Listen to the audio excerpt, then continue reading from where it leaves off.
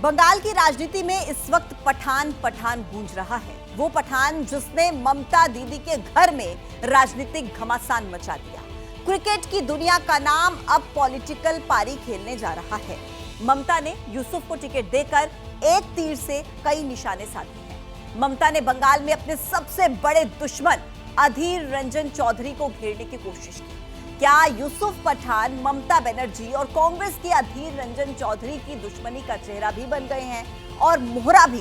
कैसे पठान की एंट्री से बंगाल के राजनीतिक समीकरण बदलने वाले हैं, ये आप इस रिपोर्ट के जरिए देखिए।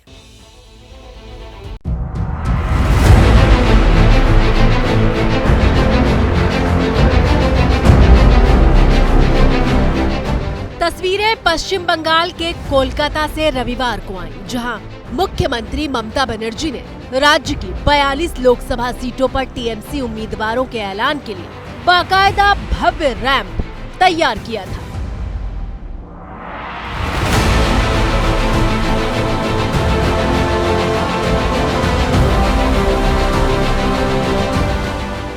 जनता के बीच मौजूद इस रैंप पर ममता बनर्जी अपने 42 लोकसभा उम्मीदवारों के साथ वॉक करने वाली थी।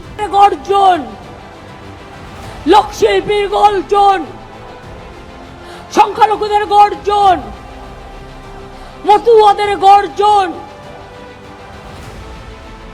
आमतौर पर तमाम पार्टियां प्रेस कॉन्फ्रेंस करके अपने उम्मीदवारों का ऐलान करती हैं, लेकिन दीदी ने पूरे तामझाम के साथ झांकी सजाई थी। গ্রাম বাংলায় গর্জন, বিজেপির বিসর্জন, জেলায় জেলায় গর্জন, বিজেপির বিসর্জন। पहले दीदी मोदी सरकार पर जमकर बरसी और फिर उनके भतीजे अभिषेक बनर्जी ने माइक संभाला और एक एक करके उम्मीदवारों के नाम का ऐलान शुरू हुआ। दूसरी तरफ ममता बनर्जी के पीछे तमाम उम्मीदवारों ने रैंप पर वॉक करना शुरू किया। ये सारी प्रक्रिया बेहद आराम से चल रही थी, लेकिन जैसे ही बंगाल की राजनीति में पठान के नाम का ऐलान हुआ, हर कोई चौंक गया। बहरमपुर থেকে লড়াই করবেন यूसुफ पठान। लेकिन सवाल यह है कि क्रिकेट के मैदान पर कामयाब ऑलराउंडर के तौर पर स्थापित हो चुके यूसुफ पठान क्या राजनीति की पिच पर चौके छक्के जड़ पाएंगे या फिर क्लीन बोल्ड हो जाएंगे?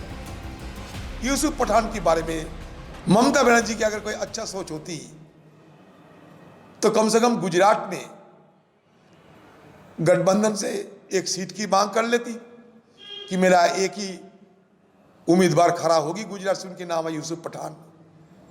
लेकिन यहाँ उनको इसलिए भेजा गया कि आम लोगों में ध्रुवीकरण हो, बीजेपी को मदद मिले और कांग्रेस पार्टी हारे। पॉलिटिक्स की दुनिया में यूसुफ पठान की एंट्री बिल्कुल नई है, इसलिए पठान के सियासी पहलू की चर्चा नहीं हो सकती। लेकिन इस बात का विश्लेषण जरूर किया जा सकता है कि ममता बनर्जी ने आखिर यूसुफ को पश्चिम बंगाल की बहरामपुर लोकसभा सीट से टिकट क्यों दिया, और इस क्यों के जवाब में सबसे पहला नाम सामने आता है अधीर रंजन चौधरी का। ममता बनर्जी की ये अपना नियत की सवाल आई है। जिनकी जुबान की कोई अहमियत नहीं होती, सोच में चालाकी है, उसको भरोसा ना करना ही मुनासिब होगी। ममता बनर्जी के खिलाफ अधीर रंजन चौधरी के ये वार नए नहीं है। ममता बनर्जी और अधीर की अदावत बेहद पुरानी है। আমার কোনো কথা হয়নি এবং আমি প্রস্তাব দিয়েছিলাম, ওরা প্রথম দিনই প্রত্যাখ্যান করেছে। তখন থেকে আমাদের দল সিদ্ধান্ত নিয়েছে আমরা বাংলায় একা চলবো।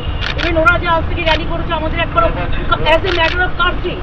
ममता बनर्जी की दया दूरज पे कांग्रेस पार्टी अपना राजनीति नहीं करते, कभी नहीं किए थे, आज भी नहीं करते।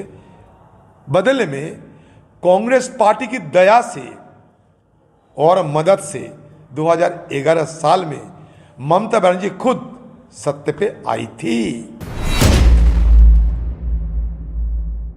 कहां तो पश्चिम बंगाल में कांग्रेस और टीएमसी इंडिया गठबंधन के साथ एक साथ चुनाव लड़ने की बात कर रहे थे, लेकिन अब इसी पश्चिम बंगाल में ये गठबंधन बिखर सा गया है, क्योंकि एक तरफ तो कांग्रेस के बड़े नेता ममता दीदी को मनाने की कोशिश करते रहे, तो वहीं अधीर रंजन चौधरी ममता बनर्जी पर लगातार हमलावर रुख अख्तियार किए रहे।